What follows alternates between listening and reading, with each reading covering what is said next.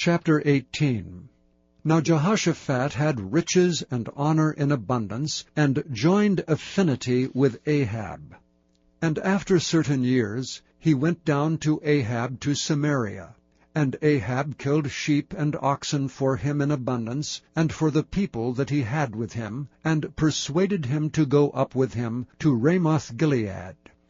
And Ahab king of Israel said unto Jehoshaphat king of Judah, Wilt thou go with me to Ramoth-Gilead? And he answered him, I am as thou art, and my people is thy direction, and we will be with thee in the war. And Jehoshaphat said unto the king of Israel, Inquire, I pray thee, at the word of the Lord today. Therefore the king of Israel gathered together of prophets 400 men, and said unto them, Shall we go to Ramoth-Gilead to battle, or shall I forbear? And they said, Go up, for God will deliver it into the king's hand. But Jehoshaphat said, Is there not here a prophet of the Lord besides, that we might inquire of him? And the king of Israel said unto Jehoshaphat, There is yet one man by whom we may inquire of the Lord, but I hate him, for he never prophesied good unto me, but always evil. The same is Micaiah the son of Imlah. And Jehoshaphat said, Let not the king say so.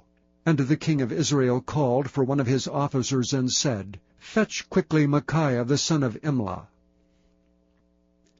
And the king of Israel and Jehoshaphat king of Judah sat either of them on his throne, clothed in their robes, and they sat in a void place at the entering in of the gate of Samaria, and all the prophets prophesied before them. And Zedekiah the son of Chenaanah had made him horns of iron, and said, Thus saith the Lord, With these thou shalt push Syria until they be consumed. And all the prophets prophesied so, saying, Go up to Ramoth-Gilead and prosper, for the Lord shall deliver it into the hand of the king. And the messenger that went to call Micaiah spake to him, saying, Behold, the words of the prophets declare good to the king with one assent. Let thy word therefore, I pray thee, be like one of theirs, and speak thou good. And Micaiah said, As the Lord liveth, even what my God saith, that will I speak. And when he was come to the king said unto him, Micaiah, shall we go to Ramoth-Gilead to battle, or shall I forbear? And he said, Go ye up and prosper, and they shall be delivered into your hand. And the king said to him, How many times shall I adjure thee, that thou say nothing but the truth to me in the name of the Lord? Then he said, I did see all Israel scattered upon the mountains, as sheep that have no shepherd. And the Lord said, These have no master, let them return therefore every man to his house in peace. And the king of Israel said to Jehoshaphat, Did I not tell thee that he would not prophesy good unto me, but evil? Again he said, Therefore hear the word of the Lord. I saw the Lord sitting upon his throne, and all the host of heaven standing on his right hand and on his left. And the Lord said, Who shall entice Ahab king of Israel, that he may go up and fall at Ramoth-Gilead? And one spake, saying after this manner, and another saying after that manner. Then there came out a spirit, and stood before the Lord, and said, I will entice him. And the Lord said unto him, Wherewith?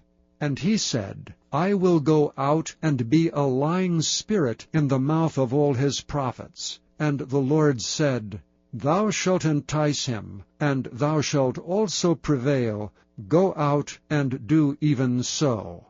Now therefore, behold, the Lord hath put a lying spirit in the mouth of these thy prophets, and the Lord hath spoken evil against thee.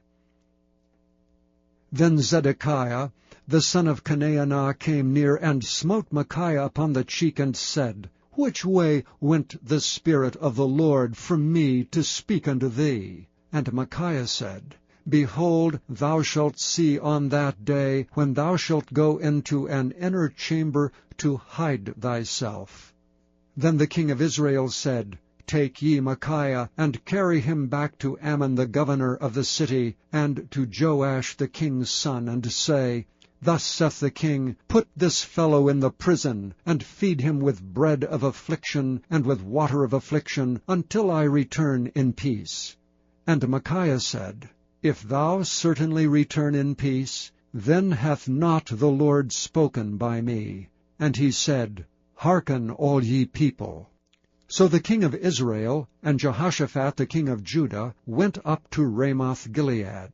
And the king of Israel said unto Jehoshaphat, I will disguise myself, and will go to the battle. But put thou on thy robes. So the king of Israel disguised himself, and they went to the battle. Now the king of Syria had commanded the captains of the chariots that were with him, saying, Fight ye not with small or great, save only with the king of Israel. And it came to pass, when the captains of the chariots saw Jehoshaphat, that they said, It is the king of Israel. Therefore they compassed about him to fight. But Jehoshaphat cried out, and the Lord helped him, and God moved them to depart from him.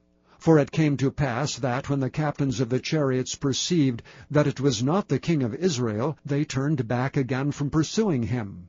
And a certain man drew a bow at a venture, and smote the king of Israel between the joints of the harness.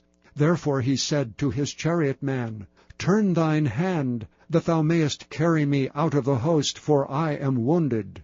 And the battle increased that day, howbeit the king of Israel stayed himself up in his chariot against the Syrians until the even, and about the time of the sun going down he died.